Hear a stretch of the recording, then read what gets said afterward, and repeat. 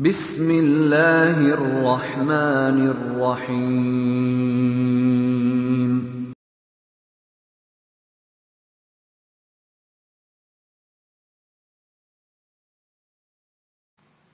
Jadi timbulnya perpecahan itu kapan, Pak? Ketika tidak mau mengikuti para sahabat. Ya. Ketika para sahabat tidak lagi dijadikan sebagai rujukan dalam akidah, dalam hukum, dalam muamalah, dalam din, dalam memahami Al-Quran dan hadis, masih terjadi perpecahan. Di zaman sahabat muncul Khawarij tidak? Orang Khawarij mengikuti pemahaman sahabat tidak?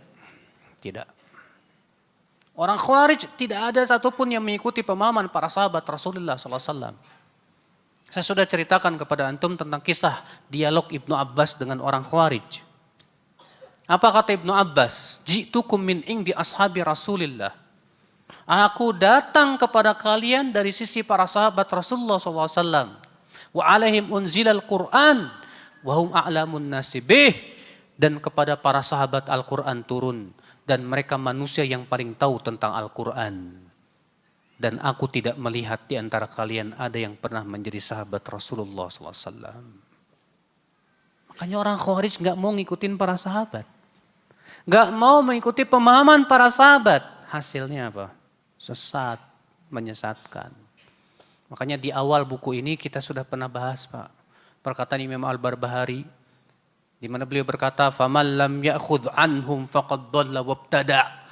Siapa yang tidak mau mengambil dari para sahabat, dia pasti sesat dan berbuat bid'ah. Pasti itu, Pak. Makanya di antara sebab munculnya perpecahan itu apa? Gak mau ikut sahabat. Ya sih, rujuk Al-Quran hadis benar. Tapi pemahaman sahabatnya dibuang. Mengandalkan pemahaman apa? Otaknya sendiri. Orang Khawarij merujuk Al-Quran dan hadis tidak? Ya, saya sudah bawakan di sini, di majelis ini, Pak. Hadis Nabi SAW dalam riwayat Muslim. Rasulullah bersabda mensifati orang Khawarij. Apa kata Rasulullah?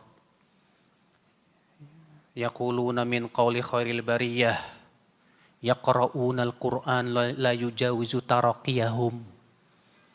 Yamrukuna minad din kama yamrukus sahmu minar ramiyah. Tuh lihat.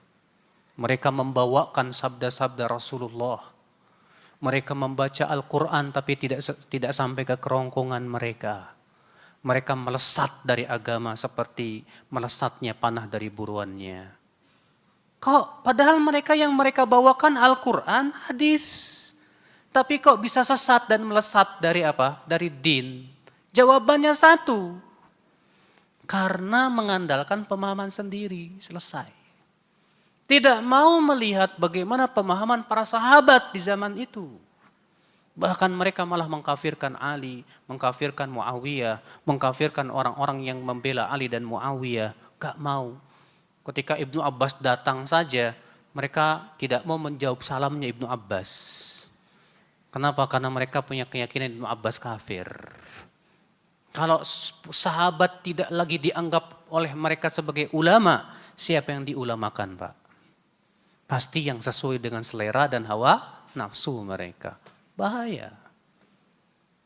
Allah musta'an wa alaihi tikran. Makanya beliau di sini mengatakan wa kafa bihadza furqatan wa ta'nan alaihim.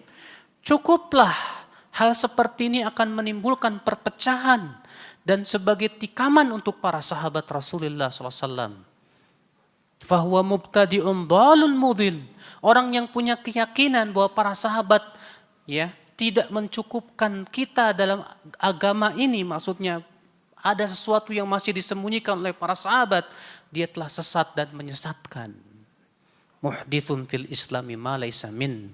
Dia telah mengada-ngada sesuatu yang bukan berasal dari Islam. Ini pembahasan sudah pernah kita bahas di poin yang pertama. Jadi saya tidak akan mengulanginya lagi secara mendetail tentang wajibnya rujuk kepada pemahaman para sahabat karena sudah saya bahas.